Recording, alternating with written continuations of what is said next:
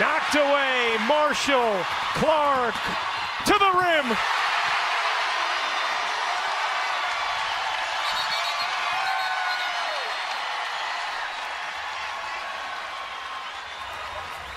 An 11-0 Iowa run.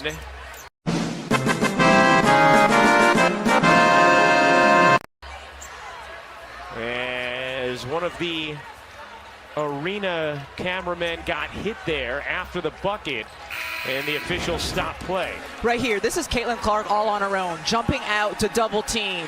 She sensed that she could get the steals, that she could create some havoc, and she did, and got the layup the other way.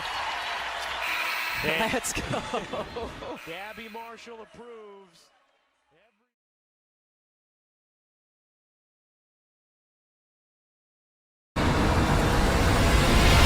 This is Joseph Newgarden. Joseph was conceived to win races. Stopped drinking milk at 2, picked it back up at 32. Good for strong bones. Tell that to his clavicle. Joseph's like an action hero who wins even when he loses. This is his wife, his Tuesdays, his hand-eye coordination. He might have the greatest jawline in sports. He's not that handsome. He even wrote a children's book about winning. America loved it. Joseph loves the smell of unleaded gasoline. He hates imperfection. He doesn't believe in magic, but on Sundays, Joseph flies. This is Joseph Newgarden. Welcome to the fastest racing on earth.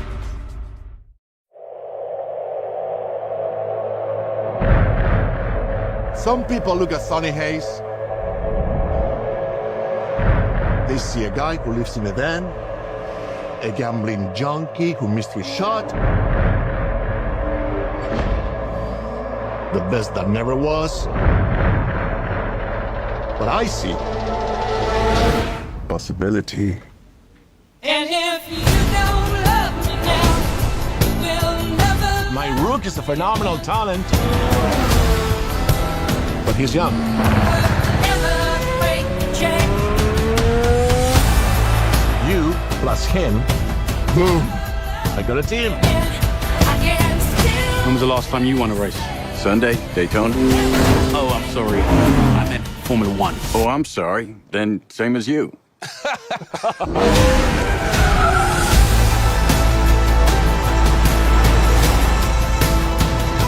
There's this new guy. He's old. He's such a prick. He's quick though. If you had any constructive criticism for each other, what would it be? Don't be such an ass. dickhead. That was constructive. Wow.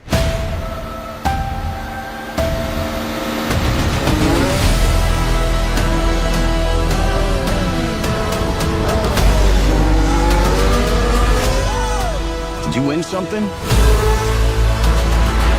There's 20 other drivers still out on that track. Do you think any of them respect us?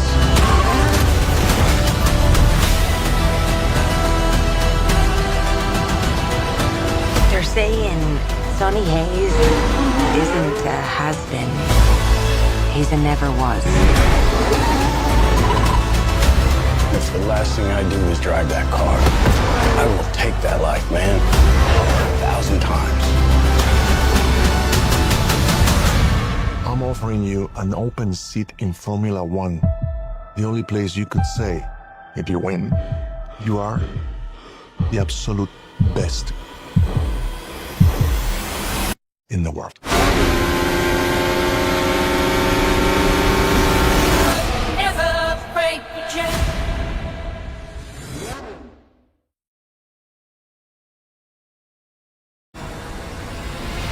This is Alex Palou, a conquistador of concrete from the start. Alex grew up practicing kissing girlfriends to be ready for the day he'd meet bricks. Alex is so fast he does his taxes January 1st. He speed reads 2 novels before noon. He's Spanish, but he'll French kiss on the first date. Racing's what he thinks about in awkward silences. Racing's what he thinks about when people aren't talking about racing. Racing's why he's a grown man haunted by milk.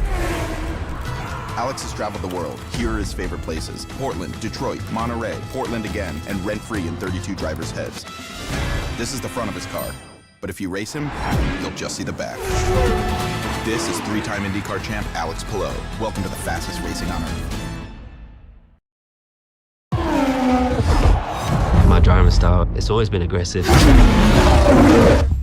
I think it's gone from being all out, all risk. Now it's a marathon, not a sprint. The Napa helmet cam. A new year, a new era, a new season. Welcome to the all-new F125. Now there was a time. It's a great start for Hamilton. Awesome. What a race this has been for Mayer. Still we rise, guys. The rookie showing the champ what he's made of here. It is quick. That was fun. I gotcha. She's going for it. Oh no! Her race is over. Remember, we don't beat Red Bull by copying them. Focus on the bigger picture. Into the pits they come. And they come out the pit entry. Yes, guys. This is a game changer. This is amazing. I'm on it. Jackson's making a move on Piastri. Hamilton goes the other way. This is going to be so close. Side by side to the line. He's done it. Let's go. And Hamilton wins. If you think you know how your story ends, think again. Oh, and who's this? How you like me now? Pre-order F125 now.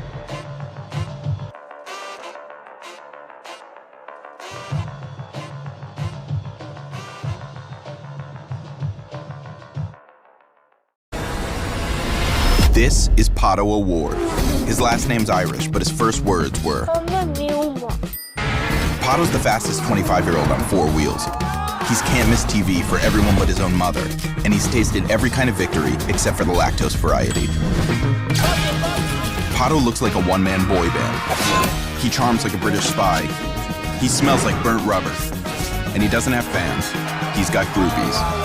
So take a look at the next face of IndyCar, because whether you love him or love him, he's about to turn this whole sport upside down. This is Pato Award.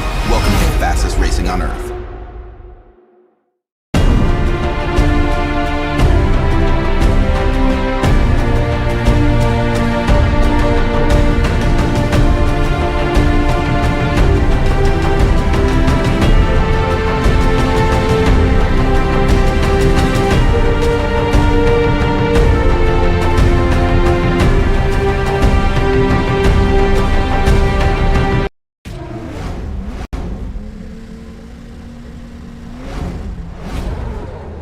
Award will punch the throttle and get things underway, and here at Thermal we are about to go racing through the final corner. McLaren side by side, and now they go, and now we are racing. Award to the lead.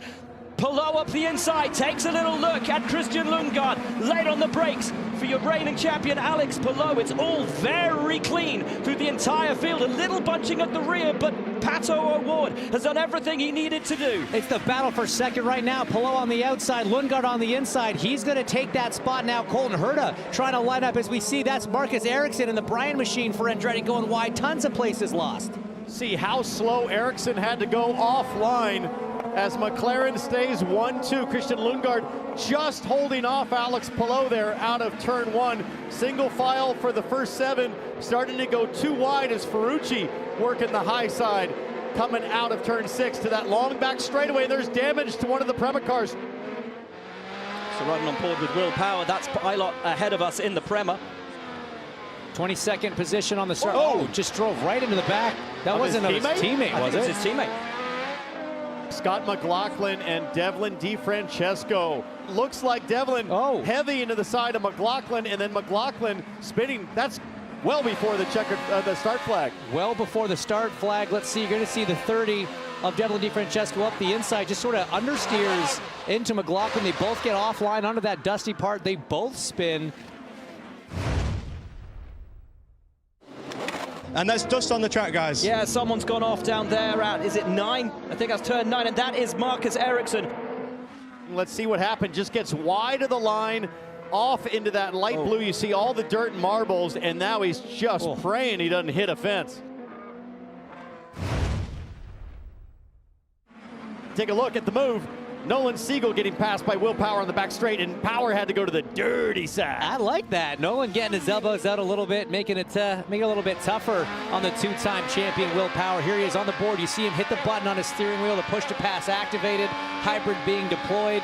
Chevy versus Chevy down into the brake zone. Clean, executed, good hard racing. You love to see that.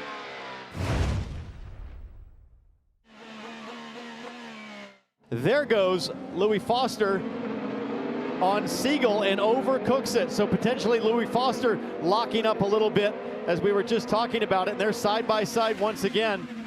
And Christian Rasmussen trying to get in on the action as well. Has a look up the inside of Foster, has to duck out of it.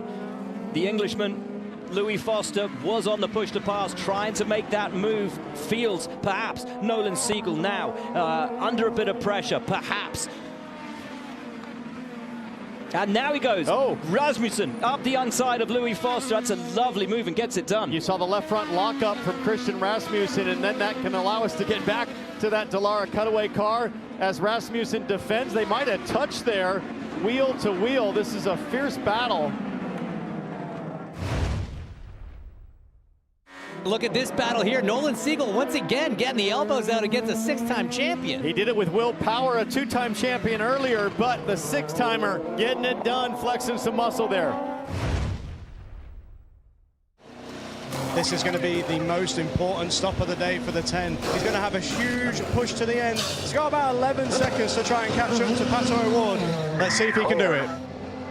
All right, so as Alex Palou goes out, remember, just a few laps ago, he was battling with Christian Lundgaard. The question is, how fast has Lundgaard been since the last stop? There you see Lundgaard. Remember, Palou will have more speed. Lundgaard gets ahead. All clear, all the way. He has to make it work. He has to make it work now. He's exactly where he didn't want to be, which is stuck behind Lundgaard again. Pato O'Ward had a perfect pit stop from his McLaren team. Looking very chill in the cockpit. He knows he has a comfortable gap, and there you see it. Second place, Lundgaard, not even close. Alex Palou, though, very there close. There he goes, up the inside. Alex Palou with the move on Christian Lundgaard finally, but Lundgaard gets it back alongside and will edge him over the curbs. Side by side now on the run down, out of one and into two. It's a right-hander. Palou will have the line and takes the position, but no! Lundgaard back again and up on the inside of him. Wonderful driving from these two as Palou tries now around the outside, and this will all lead them on through the switchbacks and onto the back section. Palou going one way and the other, and now up on the inside. Palou against Lundgaard. Has he? I think he has. A quadruple cross-up. I've never seen that in IndyCar. 4 corners in a row. It's not done yet. Both drivers on push to pass. Both drivers with dirty tires. Lundgaard now tries to do it. Palou with the block on the inside. Can he hold him? Yes, he can. It'll be hard for Christian to come back now, especially with those harder tires. And now it's all about head down, eyes forward, trying to close the 9-second gap, 9.5 to Pato O'Ward running in the lead.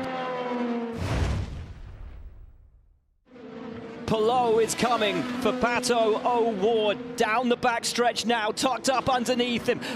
O'Ward goes to defend. Palou has such speed and he's late on the brakes, up on the inside, and that will be the lead of the race for Alex Palou, who started third this afternoon. It's power on Rossi. He's got through the bit very much between his teeth. Will Power is on an absolute charge. This then a replay of Will Power's move on Alexander Rossi. Not an easy one. He's going to go around the outside of him, is he? He is. That's a tough place to pass. It has been 5 years since a driver has won back-to-back races at the start of the season, but Alex Palou will do precisely that. He won in St. Pete. He wins at Thermal. Alex Palou makes it back-to-back victories to start the 2025 season. Yes! Woo-hoo! Let's go, boys! Oh my goodness. Thank you guys. You guys are the best. Up next, it's the Acura Grand Prix of Long Beach, Sunday, April 13th at 4:30 p.m. Eastern on Fox.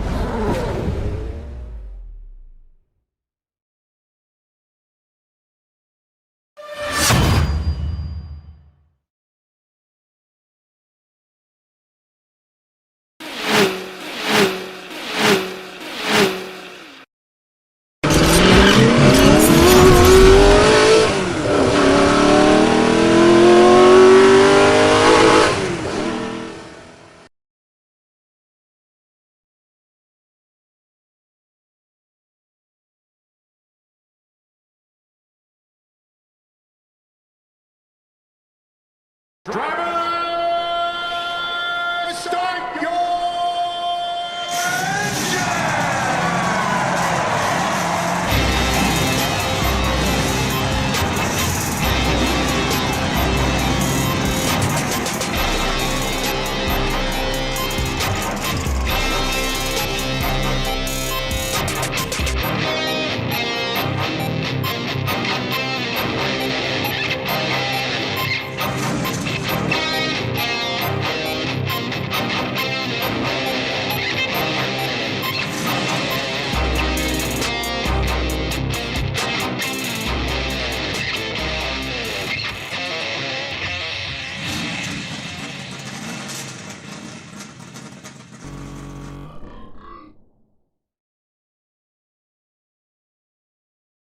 Welcome to the Drafting the Circus program brought to you by Sinister One Productions. My name is Frank Santorowski. I'll be your host for the next hour as we review this past week in racing and preview next week. Joining me in the studio, I've got Levi, Richard Uden, and Jessica Cesroni. How we doing? Good, thanks. Good evening. Awesome. All right, so first, let's go ahead and tip our hat to the sponsors. EA Sports, new sponsor we have aboard. They just dropped the trailer for F125. They've got Lewis Hamilton on the cover. I don't know if that's good or bad. I don't know if that works like the Madden thing, you know, where you don't want to be on the cover. But yeah, EA Sports. I mean, if you guys enjoy racing video games, EA puts a pretty good Formula One game out there. Also, IndyCar on Fox. Warner Brothers with the F1 film starring Brad Pitt coming out this summer.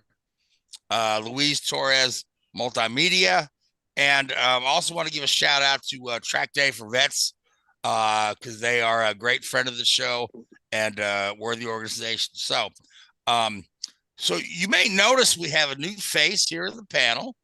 Jess, that's you? Yeah. So Hey. I really appreciate you coming on and joining us tonight.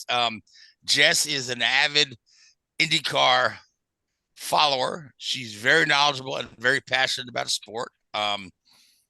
She's involved with Elite IndyCar, which is the group I keep mentioning on Facebook. But the main reason I want to bring Jess on because she was feet on the ground at the Thermal Club this past weekend. Again, like I mentioned, Don Cusick, who's one of the board members at Thermal and an IndyCar team owner, offered us at Elite IndyCar a fantastic bargain of a deal for a weekend, and Jess took advantage of that. So, Jess, first off, welcome to the show. We are absolutely thrilled that you joined us, and just take us through the Thermal experience.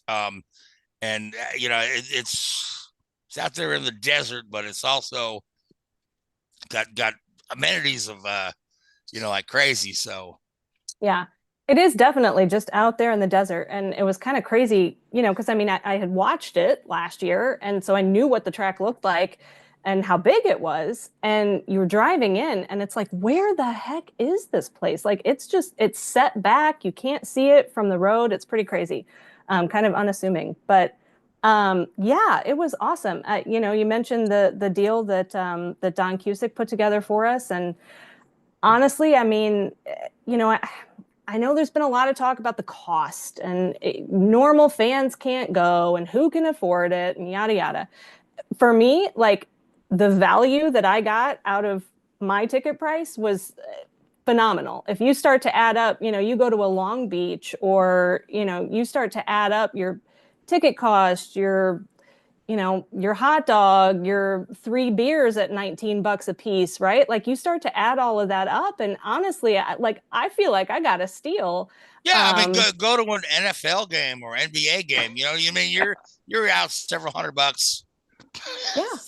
Easy. Yeah. So, and even without the deal that Don Cusick offered to our group, all of the GA tickets had paddock access. We had pit access as well, but everyone had paddock access. So, add on the garage and paddock pass to your cost. It's just, honestly, I feel like I got a pretty good value. And the cool thing was there were only about 5,000 people there. So with that paddock access, with that pit access, right? Like the access to the drivers and the teams was just, it was phenomenal. You know, you really got a chance to talk to some of these guys. The teams were really open and welcoming and, you know, inviting people into their pit boxes, and some people got to sit up on the pit stands that like McLaren and Rahal have. So it was really cool. It was not cool temperature wise. Yeah, I think that's where the thermal comes from. Yes. And they're not kidding. It was hella hot on Sunday, but you know, we got through. Yeah. So one of the things, not many trees out there. I don't not much shade out there. Not many trees to like duck under either, I don't think. No, there weren't. And there are really only a couple of grandstands. And like the GA grandstand and the one that I sat in are full sun.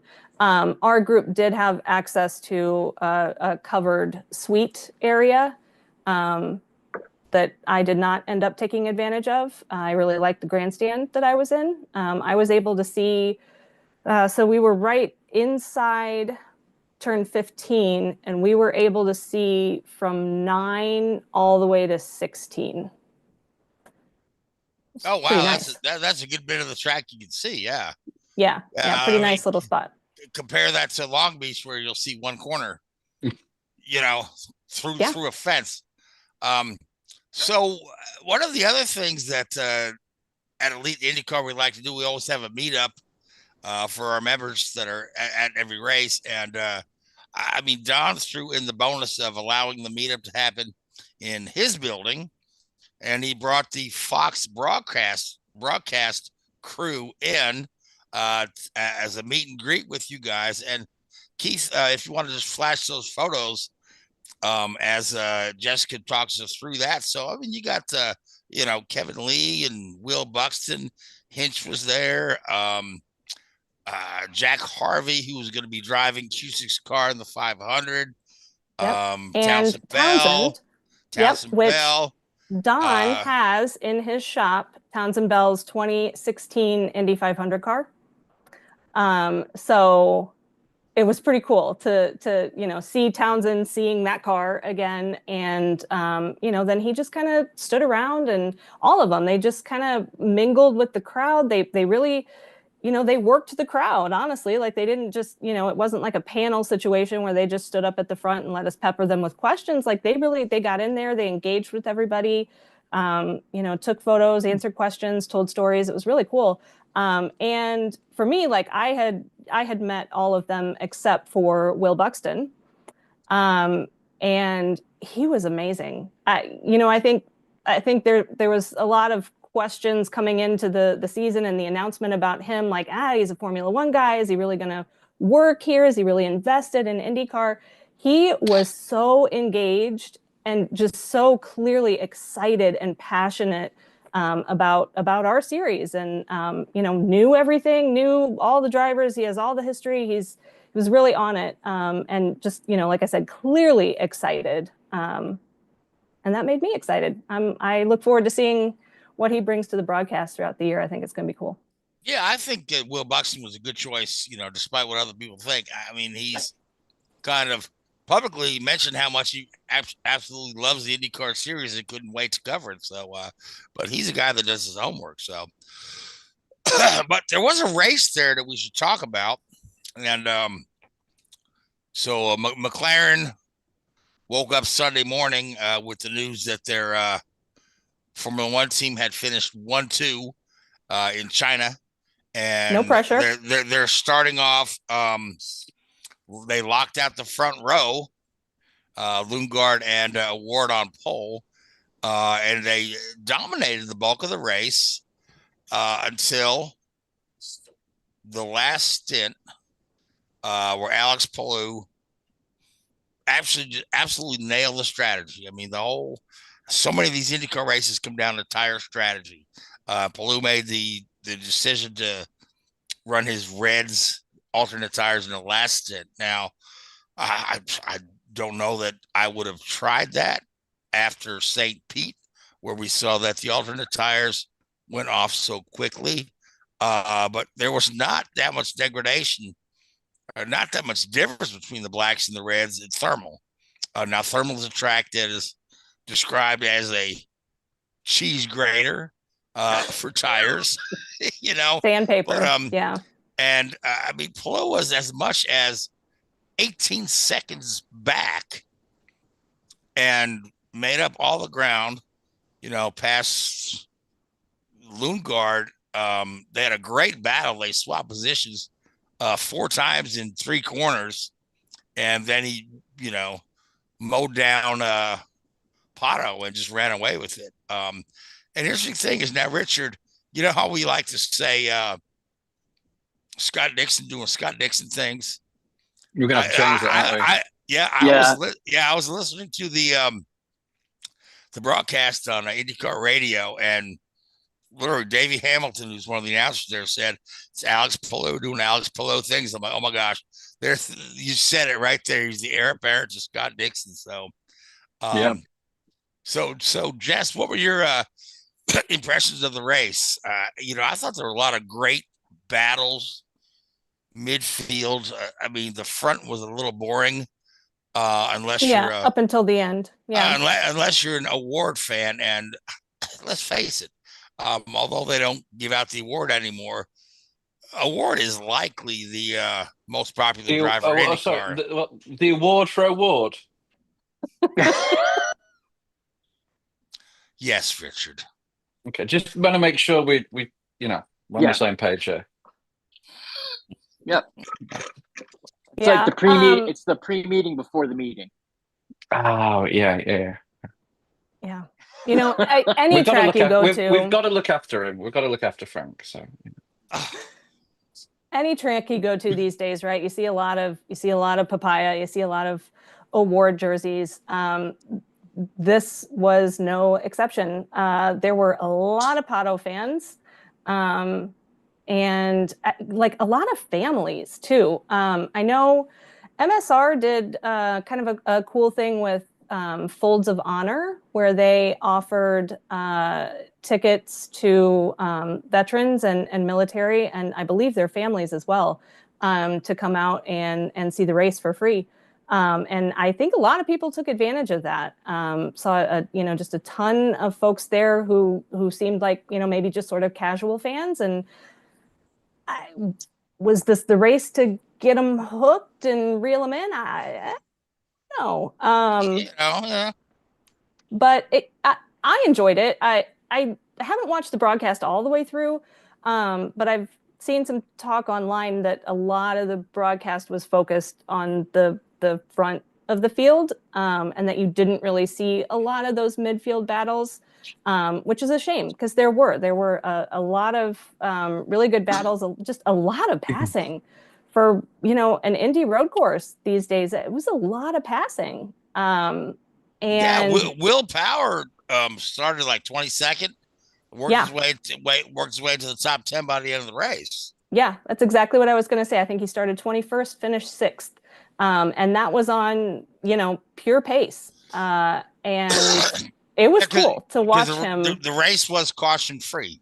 It sure was. Yeah. No caution periods. So there was no bunching of the field. Yeah. So, I mean, everything, including, Will passing 15 cars to Palou, chopping 18 seconds out of Award's lead, was all legit on the track.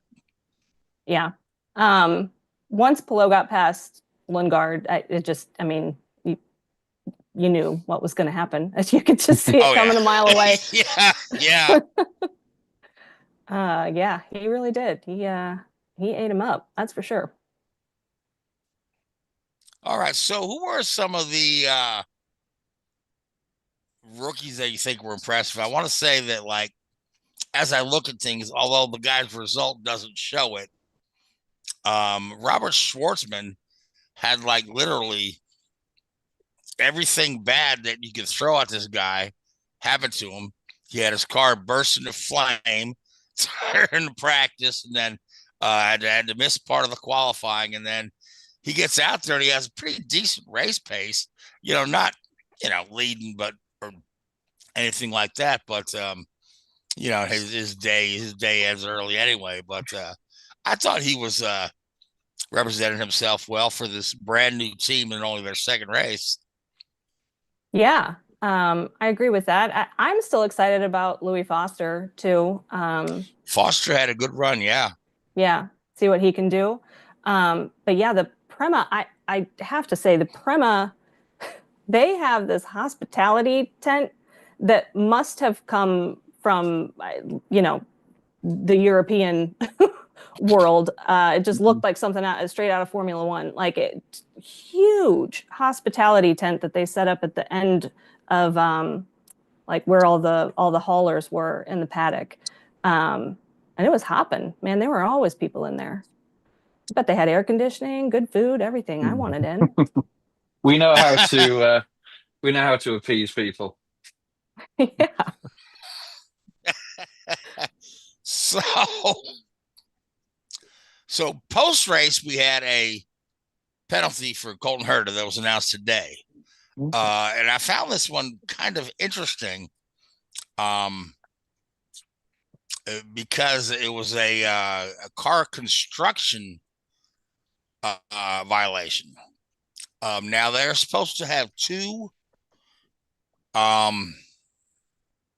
shields, or I'm trying to remember, two panels in there, anti-intrusion panels, to keep anything from intruding into the cockpit.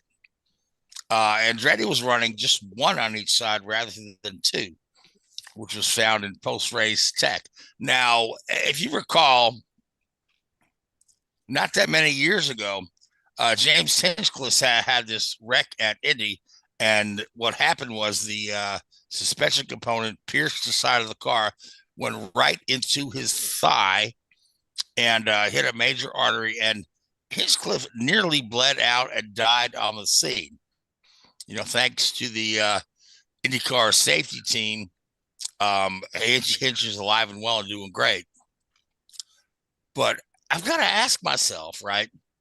I wonder if Herta knew they were doing this, because honestly, if you think about it, Richard, are they just leaving this out to shave some weight off of the car?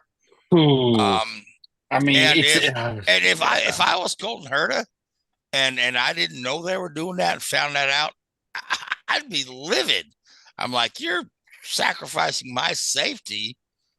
Yeah, but I don't know. I don't know that that's the case, but that's the first thought that came into my mind. So, because that's not a mistake.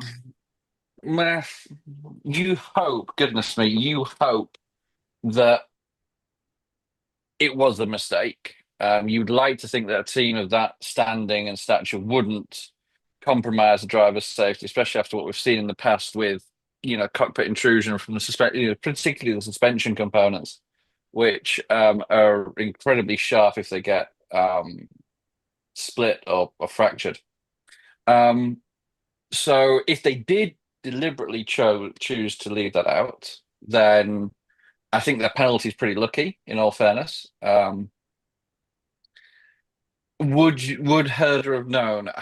Again, it's one of those. I thought the penalty was mild. Yeah, if it 25 grand, I think, and 10 owner's points. Yeah.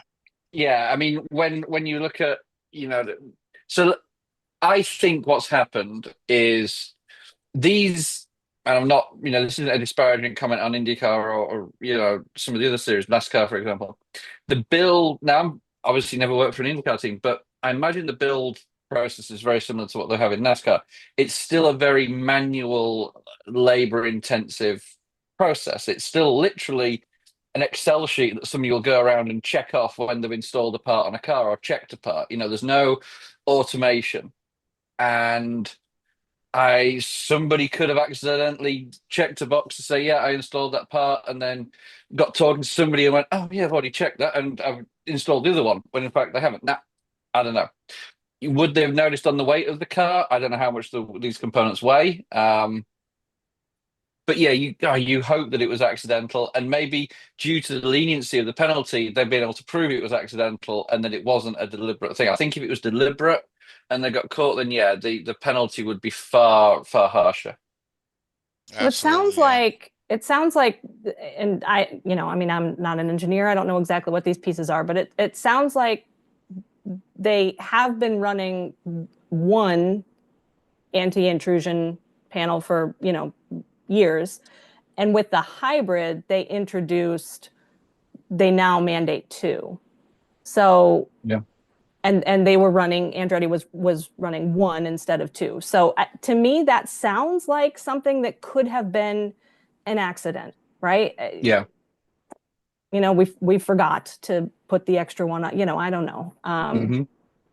I hope. I agree, Richard. I certainly hope. Yeah, you do. Yeah. I mean, it's teams, they will do all sorts of shenanigans and little things on the side here to increase, reduce the weight and increase the performance and speed. But, when it's a spec series like that, it's probably even more so you get these little tricks because everybody's starting from the same level and you need every little advantage you can get. But, yeah, let's give them the benefit of the doubt there and, move on before we get in too much trouble. Yeah. So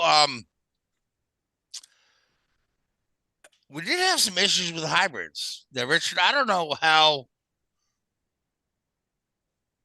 up to date you are on hybrid technology. I know you've worked with the Lexus IMSA program, but we had several hybrids that were overheating, some to the point where cars had to drop out and others where they just couldn't use the unit. My understanding is that Palou, by use of the proper amount of blockers, which restrict or allow air through the radiators, he was able to use his hybrid throughout the whole race. Awards said his hybrid unit was just, after several laps, it was just absolutely not functioning. And he wasn't able to use that at all. So maybe you can explain a little of that to me, to my non-engineer ears. So it's probably easier to compare it to what they do in the NASCAR Cup Series because it's more obvious. On the front of the car, they have the grille, which is the radiator, which is the entry to the radiator, which then cools engine components, so it keeps water temperature, oil temperature in the right window. And what they'll do is they'll put tape over that grille during qualifying to increase the downforce because you've got less air going through the engine. And it's hitting the front of the grille, and that's then flowing over the hood of the car, which generates downforce. And you're only running 1 lap qualifying, 2 lap qualifying at most, so you can let the engine get as hot as it wants. You're not worried about heat for qualifying. But when it comes to race time, obviously, IndyCar series, you're out there for 2.5, 3 hours sometimes in very high ambient temperatures. So you calculate, and it's not a guessing game. It's an exact science. Your ambient temperature, your airflow through the radiator duct, the airflow required to cool the batteries, because these batteries do get hot. You just pick up your laptop battery or whatever, or your charger for your laptop, and these things get warm. And these things are doing way more work than your phone charger or your laptop battery or whatever. So they've got to calculate, and there'll be equations and formula for this, how much of that duct they can block off to achieve the required cooling. And maybe the air temperature was warmer than they expected. Maybe they expected more cautions, because I believe it was a caution-free race. So, under caution, obviously, you're not getting the airflow through the engine, but you can shut off your hybrid system. I'm sure they have the capability of doing that, and cooling it that way. So it sounds like people were pushing the envelope a little bit there and came up short. And you'll see it in like Formula One, for example, where you have a fuel limit. They always underfuel the cars. From what so they can't run full out for the full race duration because they anticipate safety car periods and the like, and they don't want to finish the race with excess fuel. And same when it comes to cooling. You don't want to finish the race with your component 10 degrees under spec. You want it at spec.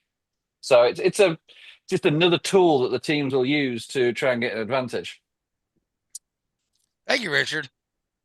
I appreciate that. That kind of. Go ahead, Jess. Listen, I was overheating too, so very relatable. I understand. How much tape did you use? Now, Richard, Listen, you don't ask a girl a question like that. I heard the mouth tape thing is like the most popular thing going right now. Everybody's doing mouth tape, so I don't get it. Mouth tape? I don't know. I don't get it. Yeah, it's this new trend Lee, going around. Mouth tape. you'd wax yourself if you tried to do that, wouldn't you, Lee? Yeah. Yeah. Oh my gosh. Moving on. Moving on. Fox has some issues with the broadcast. Again, due to the heat. They had their mobile unit there. They had blown a fuse there and actually lost the feed to the point that Fox had to kind of like switch to the NASCAR race on the television broadcast so they could have something to show rather than just a static screen. And just is my understanding that at the track, all the jumbotrons and scoring pylons were also blank. Yep. For that time. And I had people telling me, oh, and IMS radio is down. I'm like, okay. I'm listening to IMS radio and it's not down. I don't know what's going on there, but yeah, so they missed a substantial portion of the race on the broadcast. And come Tuesday afternoon when the ratings are announced, the ratings are absolutely dismal for the race. And I personally don't think those two items are linked. I think the ratings were down due to a couple things. Number one, they're down 55% compared to St. Pete. Now, St. Pete is a well-known event, been on the calendar for nearly 2 decades. Thermal's new. Last year, Thermal was not even a points-paying race. It was the $1 Million Challenge. And even that event was kind of choppy and odd and hard to follow the way they put it together. You've got the NCAA, going on that interests a lot of folks around the country. But for me, the stab in the heart when I looked at the weekend ratings was that the NASCAR truck race outdrew the IndyCar series. And I'm like, But hasn't it always been the way? So I'll go it nostalgically. Not the truck race. Well, no, but hang on. The race weekend where I met my wife, I was supporting an IndyCar team, and that was at Kansas Motor Speedway, and that was the undercard race to the truck race. The IndyCar race was Saturday night. The truck race was Sunday. Yep. And that was the early days of the IRL. No, that would have been. Damn, it should kill me. 2010.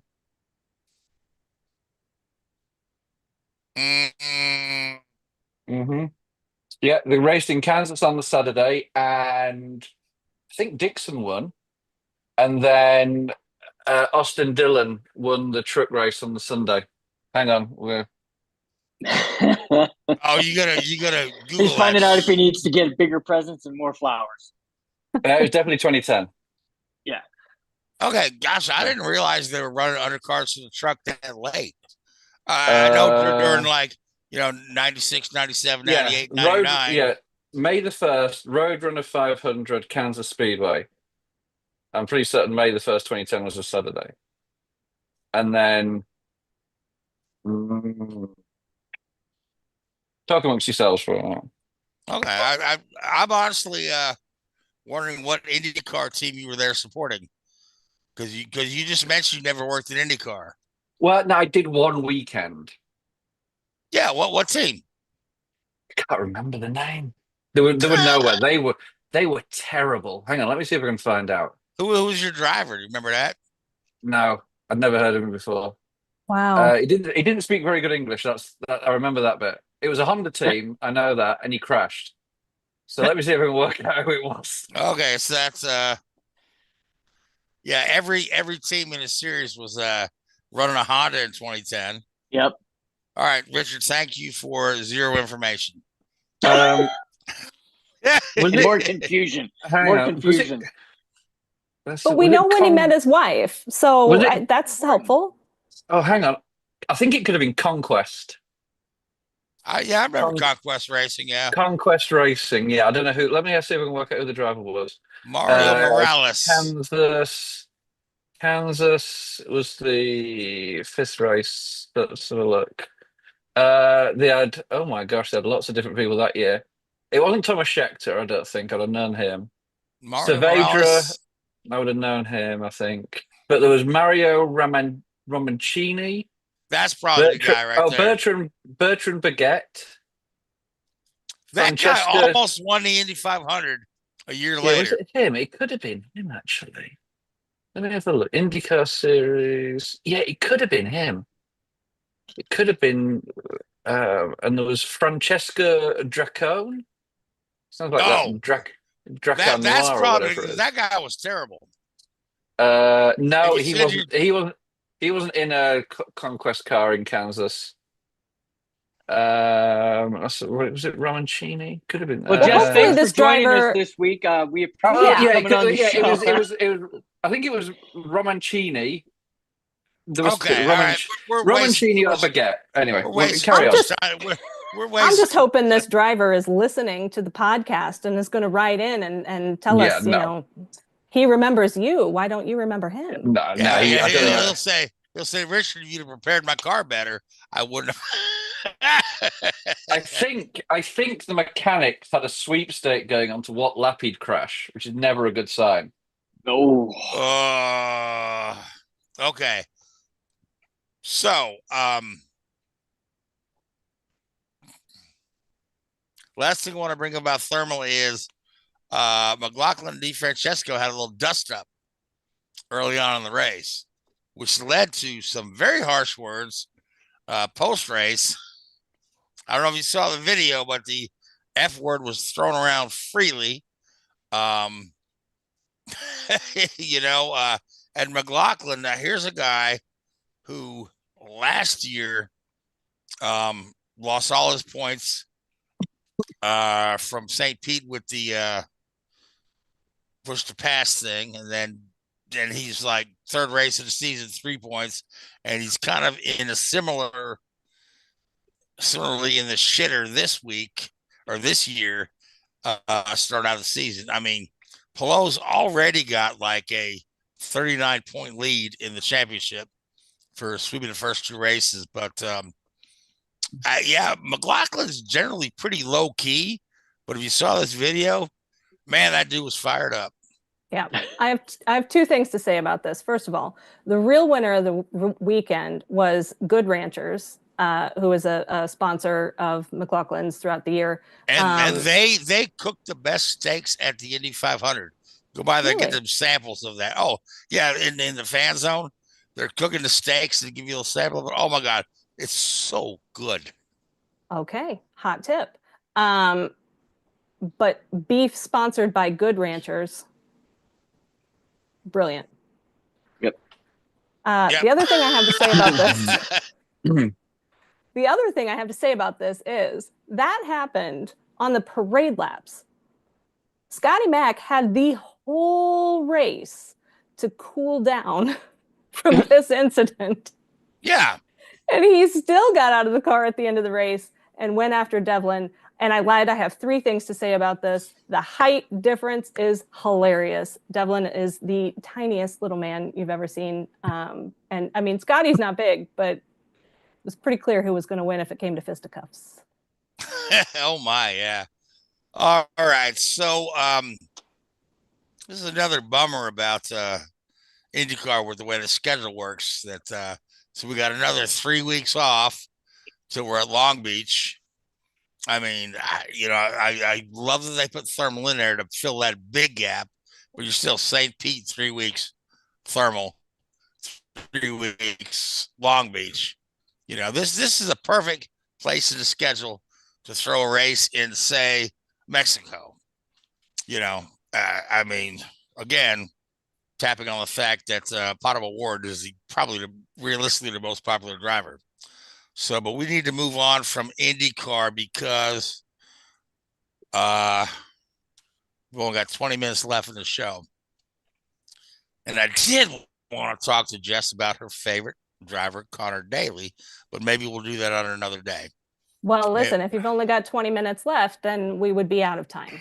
Yeah, so let's so Richard, Formula One was in China. Indeed. You don't say it like that, please. It's too funny. You got to get the hands as well. You got to get the hands. China. Oh God. McLaren 1-2. Yep. Lewis Hamilton wins a sprint race. Yep. It's his first time seeing a checker flag in a Ferrari, and then late Sunday afternoon, disqualified from the main race where he finished fourth. So, take us through Chinese Grand Prix very briefly. So, sprint weekend, as you mentioned, Hamilton, great lap in sprint qualifying, leads from start to finish in the sprint race. Then come the main race, both Ferraris ended up being disqualified from, I think, 4th and 5th place finishes after Oscar Piastri and Lando Norris had dominated the race with Max Verstappen coming in 3rd. But both Ferraris got disqualified. Leclerc was disqualified for an underweight car due to, a team says, running a one-stop strategy and excess tyre wear. Maybe. Hamilton had excess skid block wear on the rears, which can happen. But yeah, it's still a pretty big screw up by Ferrari on that one. And there was a 3rd disqualification. I think it was for Pierre Gasly in the Alpine. Alpine, yeah. Again, underweight. So, yeah, I mean, we saw George Russell last year in Spa do the one stop and come in underweight. I have my theories, which are probably best left for after the show. It was after the wet running in Australia, it was good to get back to a more conventional race. And yeah, the McLarens are the class of the field for sure. And it's going to be a great battle all year between Oscar and Lando. Lando Norris was struggling with a bit of brake issues towards the end of the race there, which, I'm sure got his attention. He managed to create enough lead. And that's what you do. That's why you don't necessarily bank on a 2-second lead. You do push it where you can to get that 5, 6, 7-second lead. So, excuse me, if you do have issues like that towards the end of the year, then to the end of the race, you can you can protect your car. Of course, the big talking point from the weekend is the situation at Red Bull with Max Verstappen's teammate. So let's first preface that with the fact that Red Bull is, after 2 races, easily the 3rd best team in the series right now, and not fourth. Ooh. Who are you sticking in there? I mean, I think Ferrari and I would. Yeah, Ferrari. You're right. Ferrari. The only reason they're ahead of Ferrari is because of Max. Obviously Max is an anomaly there. He will make a car better than it is. It's a bit like Schumacher was in the 90s when he was at Ferrari. Oh, absolutely. No way that was a race-winning car, and he managed to win races with it. I would say obviously McLaren's the fastest. The Mercedes is probably second. Ferrari and Red Bull are pretty close to each other. Okay. But yeah, they're not great. They're not qualifying last 2 races in a row, but they're not great. All right, so let's get on to this Max's teammate, Liam Lawson. I'll let you break the story. Not that it hasn't been broken by a Dutch newspaper 2 days ago, but yeah, I don't think it's exactly. I hope everybody sat down at home because Liam Lawson may be out of a drive. I know. Control yourselves. No, it's difficult. I was Alex Albon a couple of years ago was on a podcast talking about being Max Verstappen's teammate and what it's like, and he gave a great analogy that really sort of rings true as to how Max likes his cars set up. Albon said, go into your computer, take your mouse and turn it to maximum sensitivity so it darts all over the screen, and then try and draw a perfect circle with your mouse. That's what's driving a Max Verstappen car is like. And Max is by far and away the team leader there. He will get what he wants because obviously he's earned the right to that. He's a 4-time world champion. He's, generational talent. And in the same way that Schumacher did and Hamilton has and some of the other guys, one of the benefits, if you like, from being so successful is you earn the right to have the car set up or designed around your driving style. And it is so unique that it's probably to the detriment of the team in a way. You could hypothetically say, if you're Red Bull and you want to win the Constructors' Championship, Max is not the guy you want in the car. If your car isn't massively dominant like it was 2 or 3 years ago, because you're not getting the maximum from both. You're getting 100% from one driver and 20% from another. Well, you'd be better off on average getting 80% from 2 drivers. And of course, they're not going to drop Max because of that, but it does put them in a difficult situation that they have a driver. Let's not mention the fact that Red Bull has never had their drivers finish 1-2 in championship. No. Whereas, McLaren and Ferrari and Mercedes have all had that, where they've had dominant seasons. Yeah. Oh, yeah. I mean, they're a victim of their success with Max, I think. And, I must admit, I don't ever think Lawson was the answer. I don't think that the issue is how good of a driver you are. I think the issue is, do you have the experience and nous to be able to adapt your driving style to this car? The young kids just can't do that. You've seen that, goodness me, you go back through the list of drivers that Red Bull have,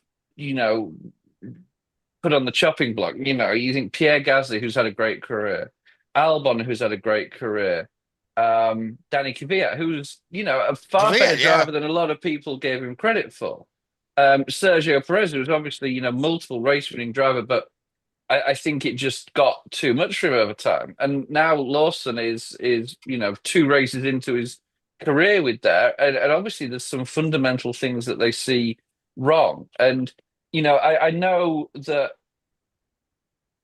when he came back, his pace maybe wasn't where it should have been in Racing Bulls or RB or whatever they are, but at least Daniel Ricciardo would have had the nous and the smarts and the experience to have probably done a better job in that car than Liam Lawson did.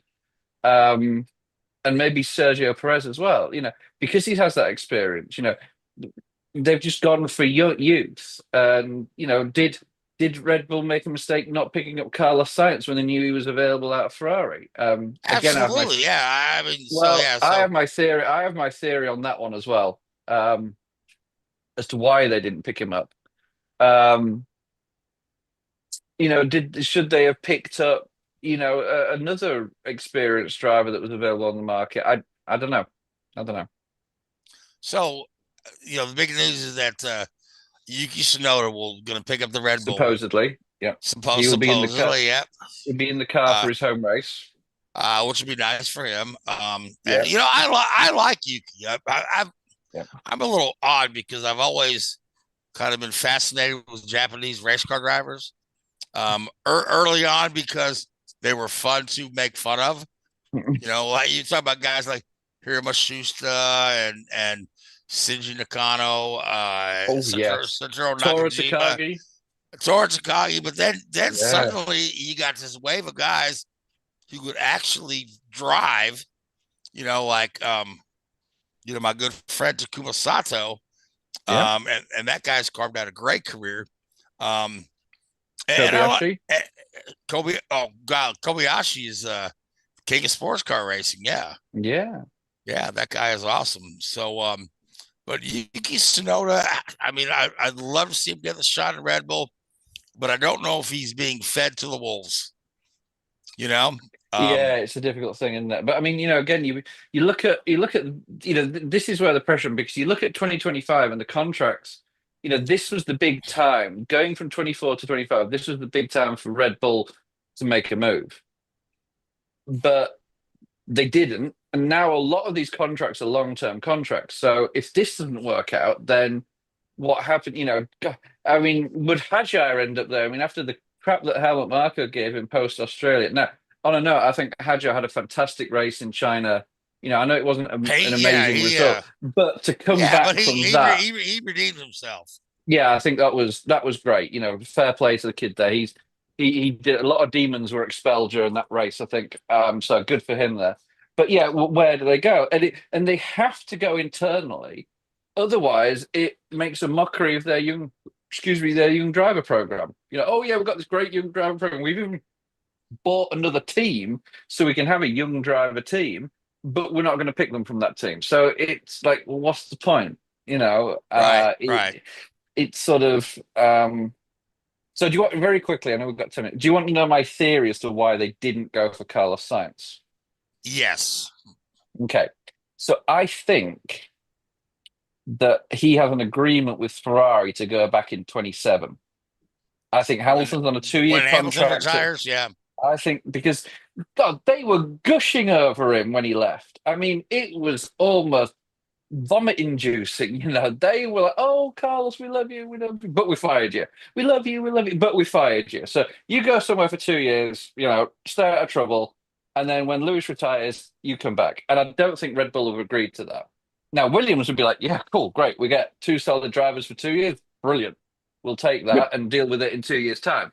It would not surprise me if Hamilton retires at the end of 26 and Sainz goes back for 27. Would not surprise me either. So anyway, really quick, finish up Formula One. Yuki Tsunoda, since we're talking about him, is the smallest and lightest driver in Formula One at 5'2". So what would happen if the smallest guy in Formula One was standing next to one of the tallest guys in the NBA, say Kristaps Porzingis, who's 7'3"? Keith, you got the photo, right? Put that up on the screen. Oh man, isn't that crazy? Doesn't that look like? Remember they had that little doll they sell to boys, the My Buddy. He's got the My Buddy. Yeah, Lee, you're old enough to remember. Yeah, but I sure do. Golly, so that's just incredible. But I really wish Yuki Tsunoda well, and I hope he makes the best of this opportunity. So we are really pushing the time here. So very, very, very, very quick. Sorry. Before we go, I had an amazing fact the other day. Okay. If you change the results of 4 Formula One races, Lewis Hamilton is an 11-time world champion. Okay, that is a wow theoretical nerd stat that pretty impressed with that one. Yeah, that's crazy. That's as bad as the guy on the NASCAR shit posting site that says, "Hey, this is the 2021 Truck Series if we use Formula One points." Yeah. And do you want to know which races they are? I can tell you which races they are. No, we've got 6 minutes left in the show. We still got to get through NASCAR, NHRA, and Keith wants us to talk about this powerboat race and shit. So Jess, that's your specialist subject, isn't it? Oh my gosh. Powerboat racing. Sorry, I can't hear you guys. You're breaking up. You're Okay. breaking up. God, my Lord. My Lanta. Oh my gosh. So, Lee, did you watch the NASCAR race? I watched the end. And, so yeah. you are the NASCAR guru right now. 2 weeks ago, you pulled Josh Berry out of your ass for a pick, right? And he wins the race. Last week, Kyle Larson. You took a very safe bet, Kyle Larson. He wins the race. Yeah. So Homestead, Miami Speedway. Richard, your I did get half a point in F1. I did get half a point in F1 because I picked Lewis Hamilton to win, and he did win the sprint race, so I get half a point there. I picked Lando. He finished second. So, yeah. Who'd you pick for thermal? Oh, you picked McLaughlin. That's right. Yeah, that was it. Yep. Yeah, well, he finished last. He finished last. I picked Colton Herta. He had a pretty good day. All right, so Kyle Larson wins at Homestead. Hendrick Racing 1-2. But Lee, let's just skip NASCAR for this week. Get on to the NHRA because we've got a clip. This is Ron Capps had a heck of a moment. So, Keith, you want to roll that clip? The Napa helmet cam looking off into the vanishing point of the distance here at Firebird and Ron Capps.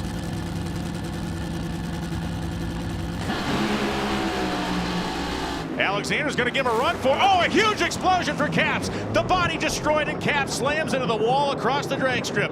My goodness. One of the most violent explosions we have seen in some time. This is the second in 2 years for Capps, who had that huge explosion in Seattle last year. You can see him bringing himself out of the roll cage. A tremendous impact as Capps is going to take a moment to gather himself here. Boy, Tony, it gave no warning. Well, they don't always give you an indication, and you can see Ron. There's no question that he's going to be banged up. The lateral hit, the lateral impact for these drivers are the worst. Fortunately, they have head padding. You can see he has all the proper equipment, and Ron physically, he's in good shape. You can see he's just trying to collect himself, but under his own power, out of the race car. Right now, he's just trying to evaluate and assess everything that he just experienced.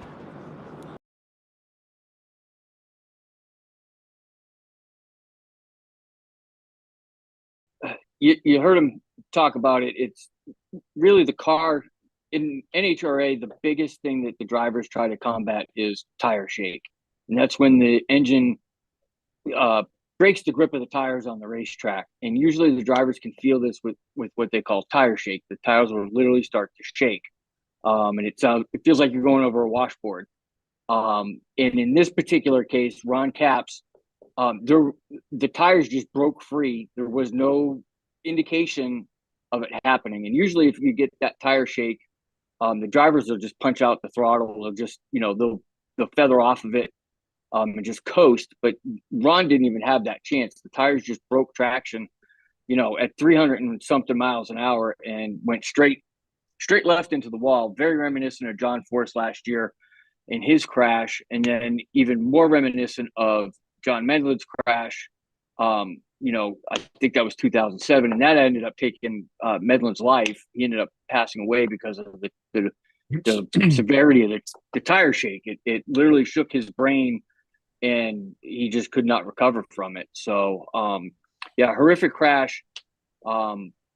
Something you don't ever want to see a driver go through, but the safety innovations that NHRA has put into place, with John's crash, with Eric's crash years ago, Ron was able to walk away from that. I was evidently pretty sore, and we can see why. But all the safety protocols really did their job on that one, and it was a scary moment because nobody had any idea that was happening.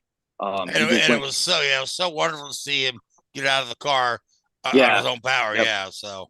Yep. And you obviously saw him. He took a knee and had to take a breath, and that's definitely expected. But it's just never good to see something like that. 300 and something miles an hour straight left into the wall is never a good thing. And it's those side impacts that get the drivers. The front impacts are different because it's crumple zones, but that side impact, it's, you know, maybe a foot of cold rolled steel and then the wall. So yeah, very bad impact, but glad to see he's okay. Don't know if we'll see him in Pomona this coming weekend, but yeah, we'll see what happens. All right. So who were the big winners in Arizona? So we had Sean Langdon. He was top fuel. Him and his teammate Doug Coletta went 1 and 2 for Coletta Motorsports.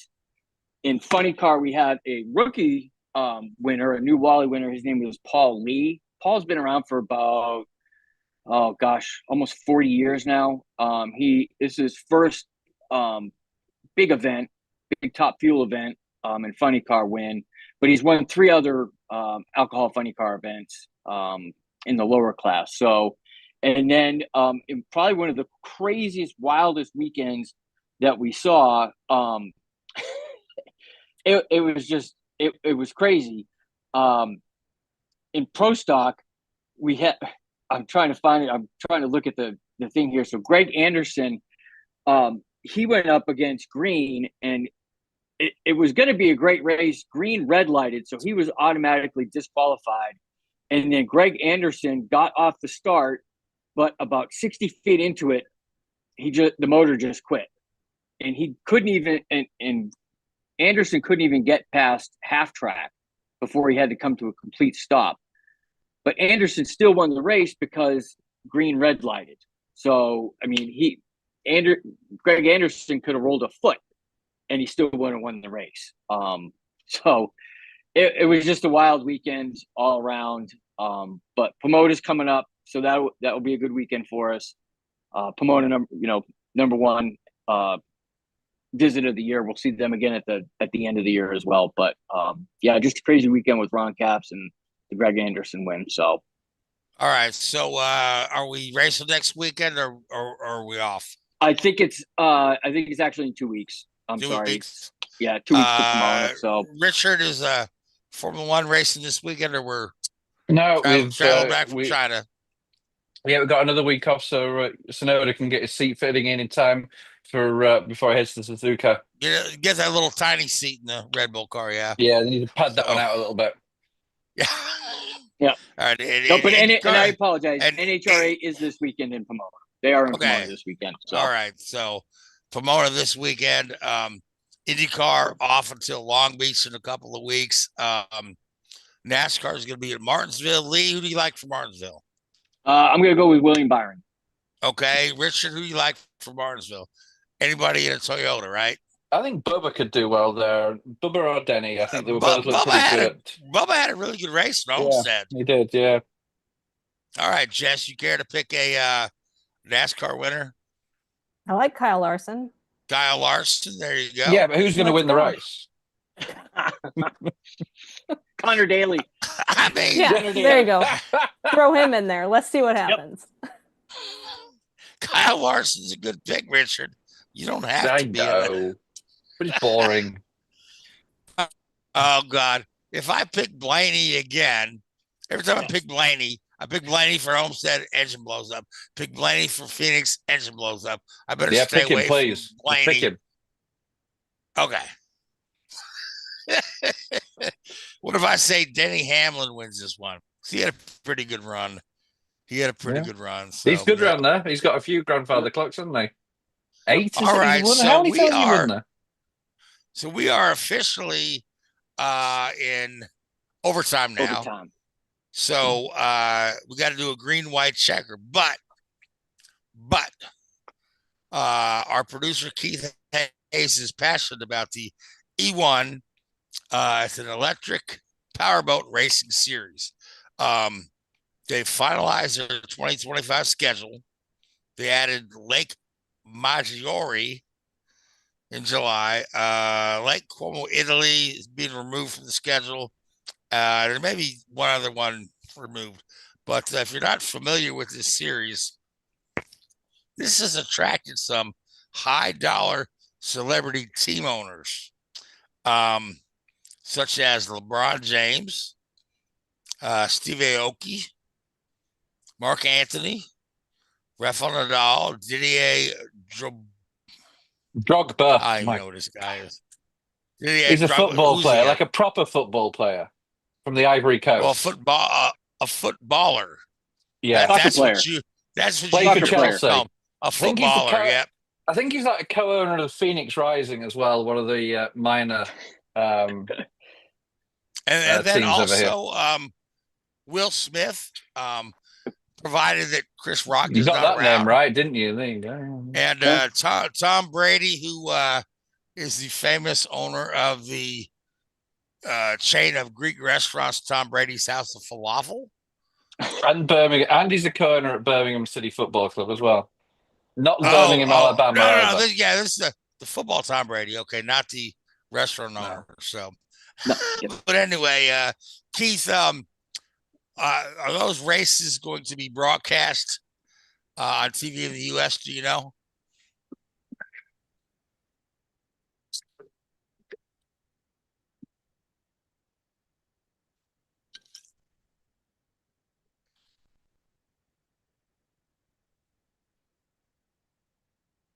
League is being funded by the Saudi Arabian government. So they're putting up part of the money for this. One of the reasons why they're taking lakes away and adding lakes is due to the fact that, it's the caliber of racing that they're doing. I like the fact that Steve Aoki, that's my dark horse for this league, because he's a DJ like me. So I like the fact that Steve Aoki is in there with all these other legends of sports and stuff, and there's this one guy, and the racing is pretty interesting. It's fast and furious, and it's new technology, so it's great to see. Yep. Would you believe that I'm sitting in the airport on my way back from thermal, and I took out my camera to look at some of my pictures, and this guy across from me is a photographer. He's like, "Hey, what are you shooting?" And I told him I'd just been at a race. I didn't tell him what kind. He starts talking to me about this boat thing. This is the second time in as many days I'm hearing about this boat thing. It must be a real thing. So how long you going to tell me you ran into Steve Aoki in the... I thought you were going to say you ran into Luis Torres. It's actually the fastest growing water sport racing right now. That's how fast it is. They're only in their second year. It's only going to bring more rich people in this third season coming up next year. So, yep. The question is will they be allowed to come here? If the Saudis are, the Saudis are putting money into this, bankrolling it. Will this be like Live? Will they be able to come here and host some races here? There's some great places that they could host these races in North America. Great places. Yeah, I think they do better than Live because they're not competing against an existing series. Yeah. Yep. Yeah. They're doing their own thing. Yeah, it's like, Live reminds me of the old USFL. I'll tell you that. So, all right. So we are into our third green-white checker, because Lee keeps wrecking and bringing out another yellow. But I'm gonna have to call it. Throw out the checkers, say we're done. All right. So before we go, I want to thank once again EA Sports, IndyCar on Fox, Luis Torres, Warner Brothers, with the film that's going to have Brad Pitt starring as Joe Tanto in a Formula One movie. And again, one more shout out for Track Day for Vets. I want to thank you, Jess, for coming on the show. You have been lovely and you have been wonderful. I want to thank you, Lee. I want to thank you, Richard. I want to thank our fine producer, Mr. Keith Hayes, despite the fact that he wants to talk about boat racing when we know jack shit about it. But we may know more once we watch a few of these things here. I want to thank Facebook Live, YouTube, Spotify, and TikTok. Yes, we're on TikTok. Lee and I are actually too old to actually get on TikTok, but Richard and Jess, you can check us out on TikTok. You guys are young and youthful. But most of all, I want to thank you folks that tuned in, listen to us ramble on tonight. And until next week, have a great evening. Good night. Thanks for watching Drafting the Circuits. Make sure to follow Drafting the Circuits on Facebook, Spotify, Twitter, and YouTube. Drafting the Circuits is a Code Sinister One production.